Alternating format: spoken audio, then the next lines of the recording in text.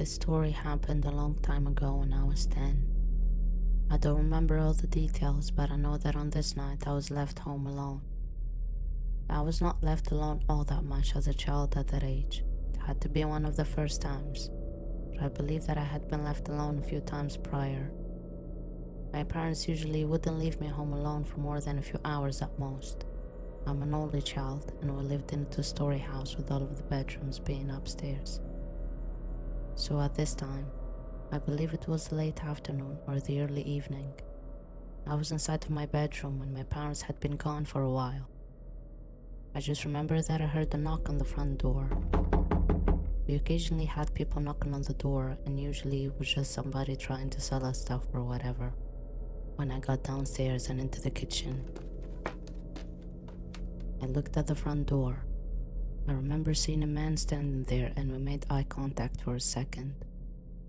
He was looking at me through the window, and the guy was wearing a black jacket and jeans, and he seemed pretty average looking. I walked over to the door and answered it. I was curious as to who he was, and I didn't think anything could go wrong. I'm sure that at some point my parents had told me not to talk to people I don't know, or answer the door for them. I really can't remember it though, and I guess I just didn't know any better. The man said hi to me and asked me if my parents were home. I told him no, and the man then asked to come inside. I remember asking him why, and he said that his car broke down and he needed to make a phone call. I believed him, and I said that he could come in to use the phone. When I opened up the door, he walked in and into the kitchen. Our phone was hanging on the wall in the kitchen, and I pointed out to him. Although I remember when he entered the house, I had a bad feeling about it. I'm not really sure why I did at that time, but I just did. The man picked up the phone and started to dial a number. I stood there inside the kitchen with him, about 10 feet away. The next thing I remember is the guy messing around with the phone and then saying that nobody was answering. He then hung up the phone but did not leave. I expected him to make the call and leave, and if nobody answered it, then too bad. But he kept standing there in the kitchen. Then I remember he started to walk out of the kitchen towards the living room in the back of the house. I was wondering where he was going, and then right as he was walking into the other room, I heard my parents pulling into the driveway. When they did, the man suddenly turned and started running. He sprinted past me and ran for the front door. He then opened it up and bolted out of the door into our yard. After sprinting through our yard, he got through the neighbor's front yard and then went onto the street. After that, he went out of sight. Our driveway was at the opposite side of the house that he ran. My parents parked their car and soon got out and walked up to me asking me what was going on. They said they saw a guy running through the yard and asked me if I was okay and what happened. I told them the story, and they said that I never should have let the man inside. I learned a valuable lesson that day at that age. I should have known better, but I didn't. I feel really lucky that my parents got home when they did. I'm not sure if that man was planning to rob our house or what. Luckily, I never saw him again after that.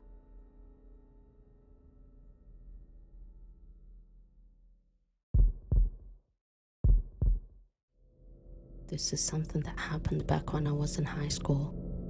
During that time, I lived at home with my parents and brother. We also had 2 dogs. Usually, just about every day, the dogs would be walked. It would be either me, my brother, or my parents walking them. One night, it was probably like 8 p.m. and the sun was setting. The weather was pretty nice though, and the dogs needed to go for their walk.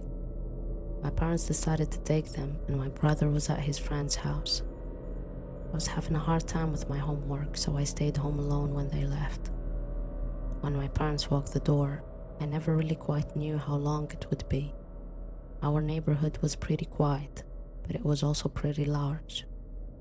There were lots of streets and houses in the general area, and there was also a park not that far away.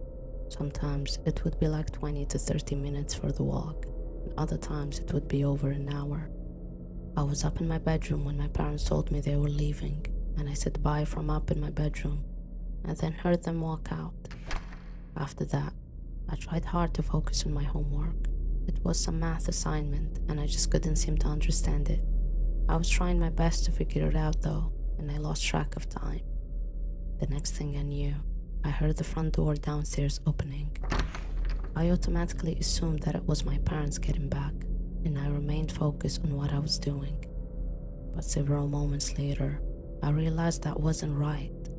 If my parents were home, I would have heard the dogs with them. The only thing that I had heard when the door opened was somebody walking inside. I never heard my parents' voices or the dogs or anything. I stopped doing my homework, then I stood up and walked to the doorway. I listened closely to who was inside of our house. I heard nothing but silence. Now, I didn't know what was going on. Clearly, it wasn't either of my parents, and I knew that it wasn't my brother either. I thought about going downstairs to look around, but for some reason I just felt like that was a really bad idea.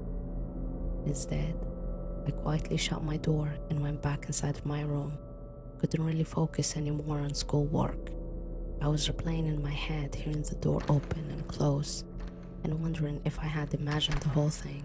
I was starting to question myself.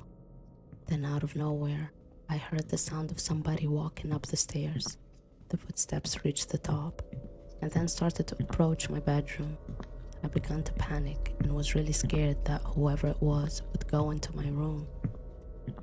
I did not have a lock on my door, so they would be able to just walk right in if they wanted. When the footsteps reached my room, they walked right past. Whoever it was going to the end of the hallway.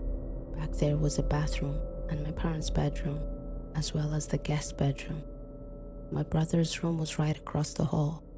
I heard whoever it was reach near where my parents' bedroom and the guest bedroom were, and without even giving it much thought, I ran to my doorway, opened it, and sprinted for the stairs. I didn't look at all to see who was actually inside of the house. I felt like this was my best opportunity to get away. When I had raced down the stairs, I ran directly for the front door. I then went outside and started running for the street. I couldn't tell you if whoever was in the house with me went after me or not. My memory of it all is just a blur. When I got out to the street, I just started jogging until I saw my parents with the dogs. They saw me running and wanted to know what was up. I told them that somebody went inside the house. My dad called the police and we waited the distance away until they arrived. My parents had left the door unlocked after leaving. Our neighborhood was not known to have crime really, so this was a big deal. The police got there and only then did we return to our house. When we got back, whoever had been inside the house was now gone. They didn't even steal anything. After that experience, we always locked our doors. In the weeks that followed, there were 2 reports of burglaries just a few blocks away. I know a guy was caught in connection with them, but I really don't know if he was the same person who went inside our house or not. I don't really know if there's a way to prove it either. I'm just glad I got out of there when I did. There was no way I was going to stay in the house with the guy just down the hallway from me. That was one of the scariest moments of my life.